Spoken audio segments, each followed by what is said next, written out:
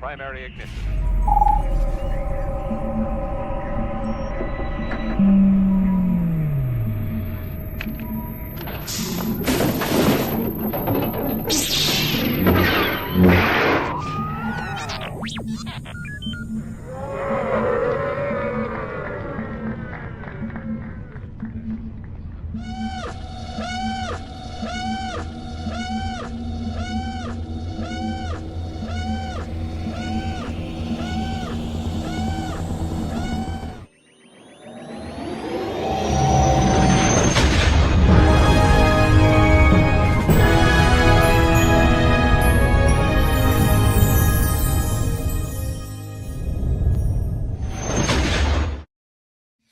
Hello, everyone, and welcome back to the Life at Lightspeed podcast. My name is Colin. And I'm Brooke. And we're here to talk about... We do this every week. I know, and I keep forgetting. Oh, something about Star and... Starbucks. Starbucks. Yeah, let's go. Star Wars. Star Wars. We're here to talk all things Star Wars. There is new leadership. We have an official... like announcement of Podracing officially being in Galactic Racer. I'm very, very pumped about that. And so much more. Before we get started, let's talk about the Virtual Cantina Network and how great they are. Today it is Jeff's birthday from the Virtual Cantina Network. Big shout out to Jeff. And then not only that, there are so many great events happening this year. Go to virtualcantinanetwork.com. Go and check that out. Seriously, cannot wait. And then there's also Rebel ScumCon that's going to be happening this year in August. So many guests have been announced. There's going to be so many more, so stay tuned for that. And we're just excited for all the conventions that we're going to and just all of the different interviews and just all the new Star Wars things in general. So I'm your host, Colin, with Brooke, our other host. And let's talk about Hayden. Hayden, our son. Our son, Hayden. Not to be confused with Hayden Christensen. Which he probably will be once he gets older. Man, he's doing great. He has a lot of teeth coming in. Does at least 3. Yeah. That we can very clearly see. But based on how he's digging in there, pretty sure we've got some more coming. He's also an aspiring dentist. The teeth have inspired him. Yeah. He will just go right in your mouth. He's digging in there. Yeah. He's he loves like just grabbing and then things that move, like have a reaction. Like, things that spin or open and close. Yes. He's also a smart kid too, and I'm not just saying that because I'm his dad. Like I can actually tell he's smart because of he'll like want to play with your phone, but then he'll like you were like, hey, here's something similar to it, and then he knows it's fake, it's not real, so he'll like just put it down and be like, no, and then he'll like try and go after like the thing that he's not supposed to. He loves playing that game of touching things he's not supposed to because of. He'll be crawling. He's just inquisitive. He is a master crawler now. Yeah. So yeah.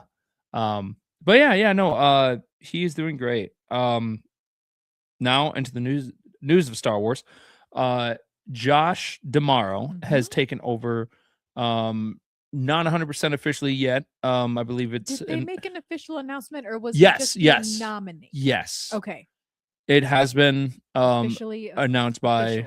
Okay. Disney and Bob Iger himself that he will be taking over. No, I think is there a date on that? I believe it's in a couple of weeks. Okay. Quick so turnover. What's great about this is the person taking over. He's been in charge of the parks. Yeah, he's been the head Disney Parks guy. He has been probably a while. And not only that, he has been with the company for a very long time. Yep. And I think. Something in the parks lately. It's just it hasn't ever since Chapek took over. It was we had kind of a switch in priorities, let's say. Yes. In the Disney parks, and a lot of people noticed. Yeah. And we're kind of disappointed. Yeah. And so that's why a lot of people were excited when other Bob,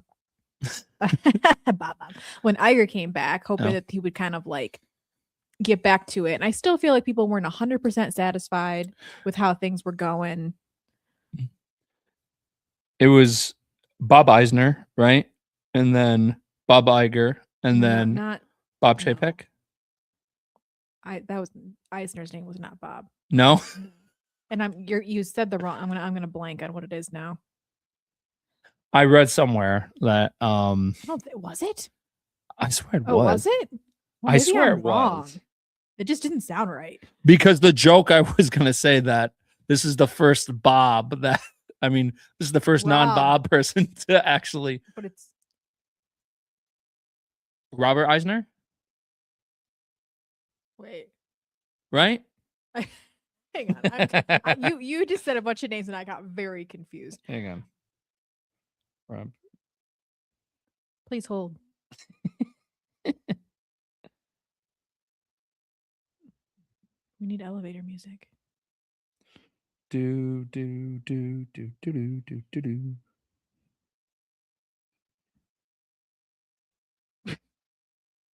But anyway, Michael Eisner. I was like, Bob, no, it's not Bob. But still, okay. This is the first non-Bob to actually. We had Iger, Chapek, and then Iger again. Yeah. So, but yes. But yeah, no. I am really excited to. I'm excited to see what he does. Yes, same. And like you said, like we've got somebody has a deep history in Disney who is gonna, I think sometimes that's really great to have someone who's like been in it in multiple stages, who like cares deeply about, what Disney stands for.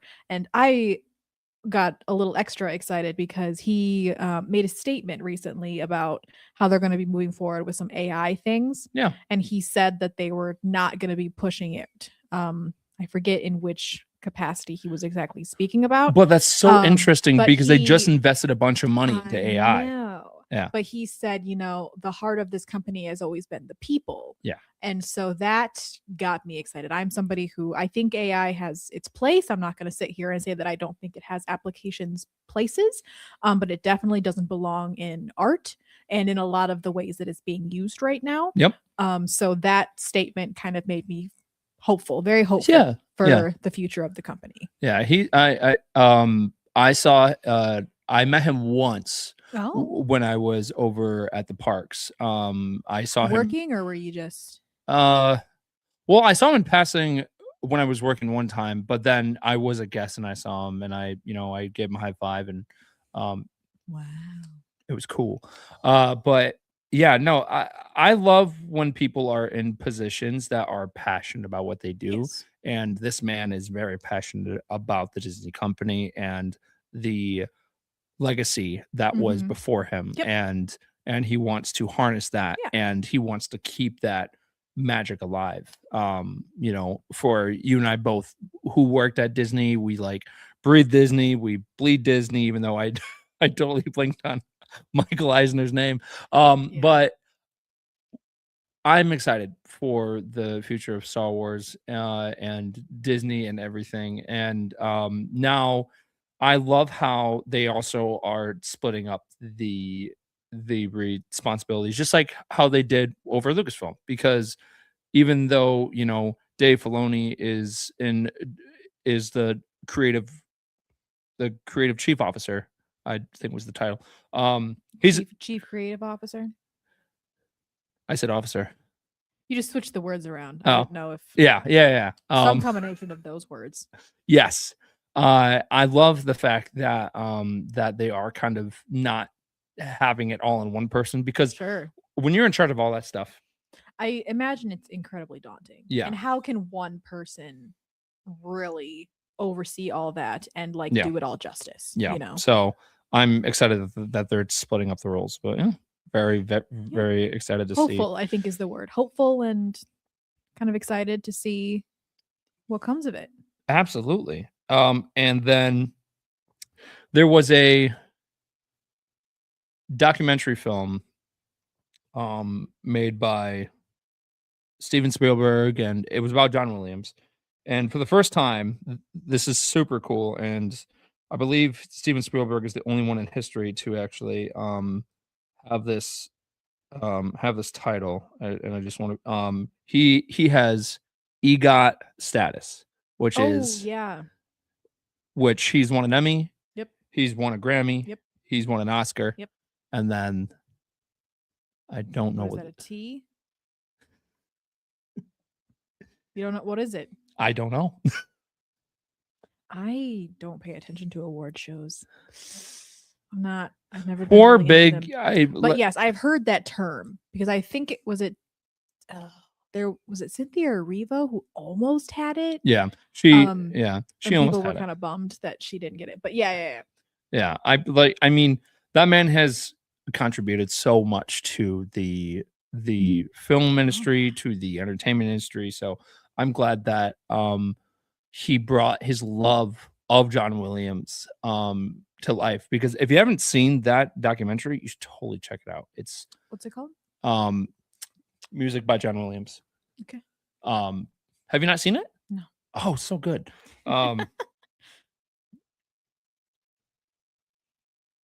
Yeah, no, John Williams has done so much for, like, I mean, you can't think of Star Wars or Harry Potter or Jurassic Park or so many of those iconic soundtracks are because of him. I think one of my favorite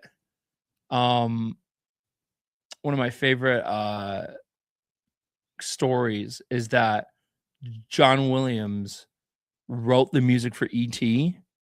before Steven Spielberg filmed it. And then Steven Spielberg filmed around the music that John Williams wrote. That's crazy. Which is remarkable. Because of that like last like actual song of the movie is like almost 15 minutes long, like of where they're hopping on the bikes and they're going over to the ship. It's absolutely incredible. So yeah, I love John Williams, and I love that Spielberg's love for John Williams, got him that status. So very, very excited about that. And then there is Galactic Racer. We still don't have a release date for that yet, but what I'm excited about is they officially announced that there will be pod racing in that game. Because from the trailer, there's no actual pod racing you see in it. It's just a bunch of different combinations of like, broken down speeders and ships like turned into like racing vehicles. We saw something similar in the Bad Batch season 2. Not like specific, just like of that concept. Podge racing vehicles, not specifically pods. Yes. So I am very intrigued, and also what makes me happy is because I love customization. Yeah. They said you'll be able to customize your racing vehicle. I would have been real disappointed if you couldn't. Yeah. I hope you can just 100% mix that thing up and make it your own. Well, so in the actual in the old Pod Racer games, you really couldn't like fully customize. But you could like, add different parts here and there, like help your speeder go. But that makes me happy that you'll be able to do that. We actually have a quote from the CEO of the company where he says, "We believe this style of high speed, intense, aggressive, track-based arcade racing hasn't been fully served for modern HD gamers. You can't really make a Star Wars racing experience and not have pod racing, can you?